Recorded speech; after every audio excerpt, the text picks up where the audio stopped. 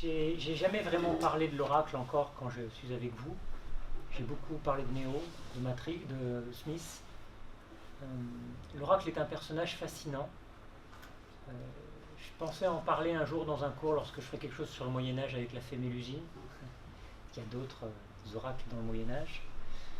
Et en fait, l'oracle est un personnage fascinant parce que la façon dont les frères Wachowski, les sœurs Wachowski le présentent, c'est fascinant parce que vous voyez l'extrait.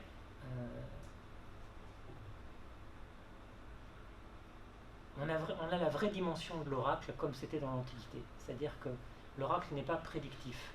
Il veut nous apprendre quelque chose sur nous. Et on voit dans l'extrait que Néo, parce que lui dit l'oracle, va être confronté à ses peurs. Et il dit, je ne peux pas le faire. Je ne suis pas prêt. Et en fait, elle met le doigt sur ses peurs. Et s'il est vraiment l'élu, il va accepter la confrontation à ses peurs pour se dépasser, bien sûr.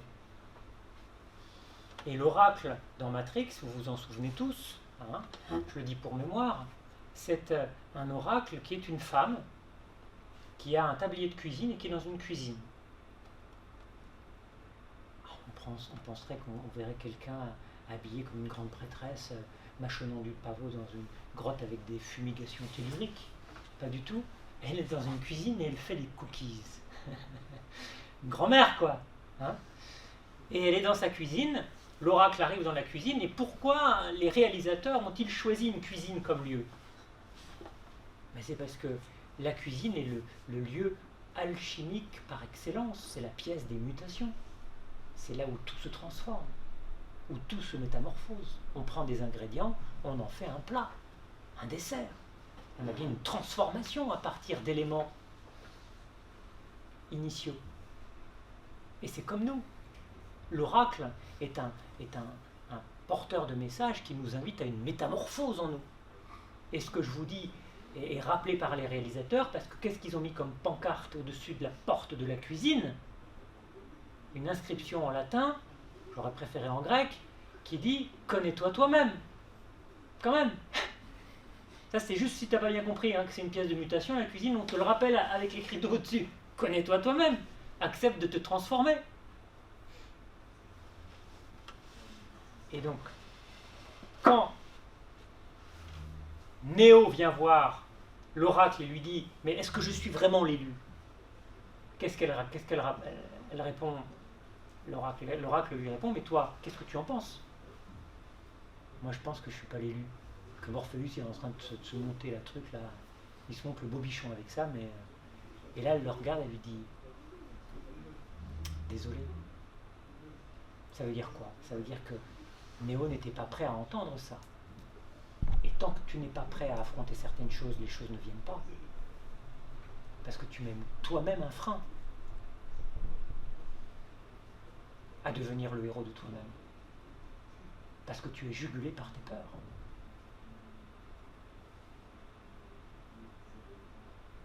Vous comprenez? J'ai un ami, quand il avait votre âge, il est tombé passionnément, vous entendez? Passionnément amoureux d'une fille.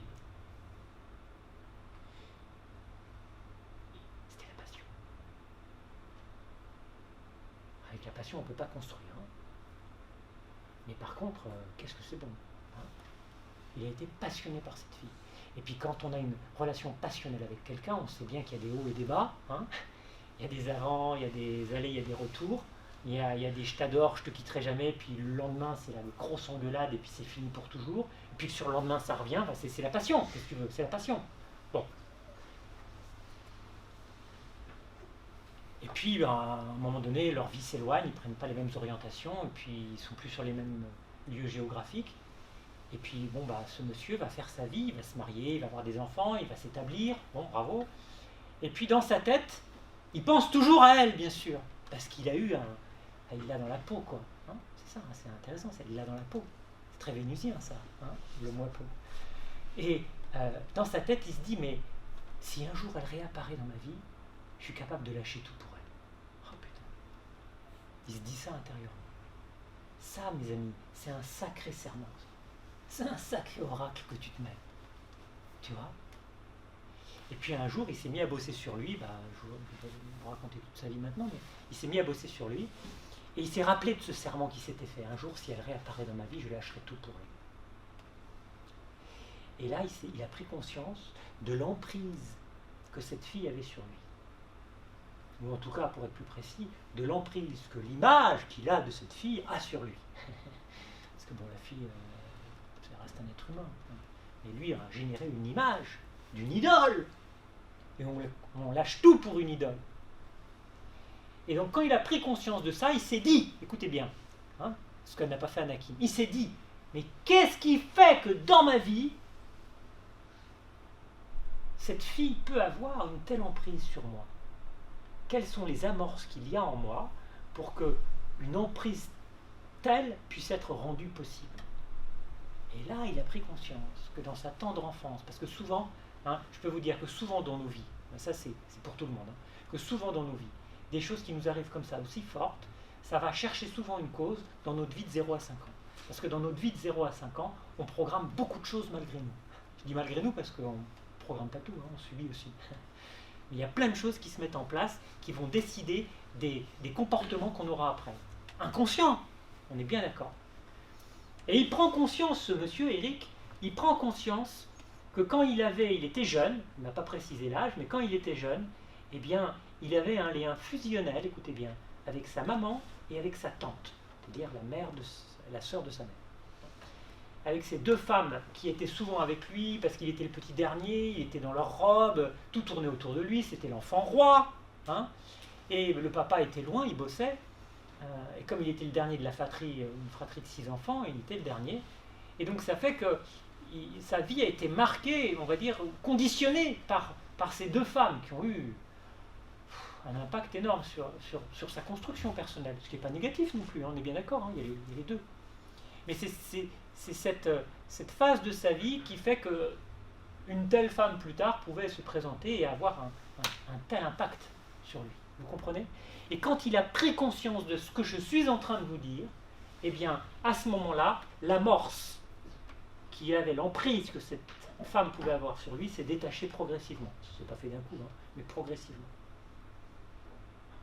Et aujourd'hui, il me dit, je ne lâcherai pas ma femme, mes enfants, pour cette femme. Ça y est, l'emprise est finie. Mais il m'a fallu du temps. Parce que dans ma vie, il y a des choses que je m'étais juré et qui ont sonné comme des serments et qui m'ont lié. Vous comprenez ?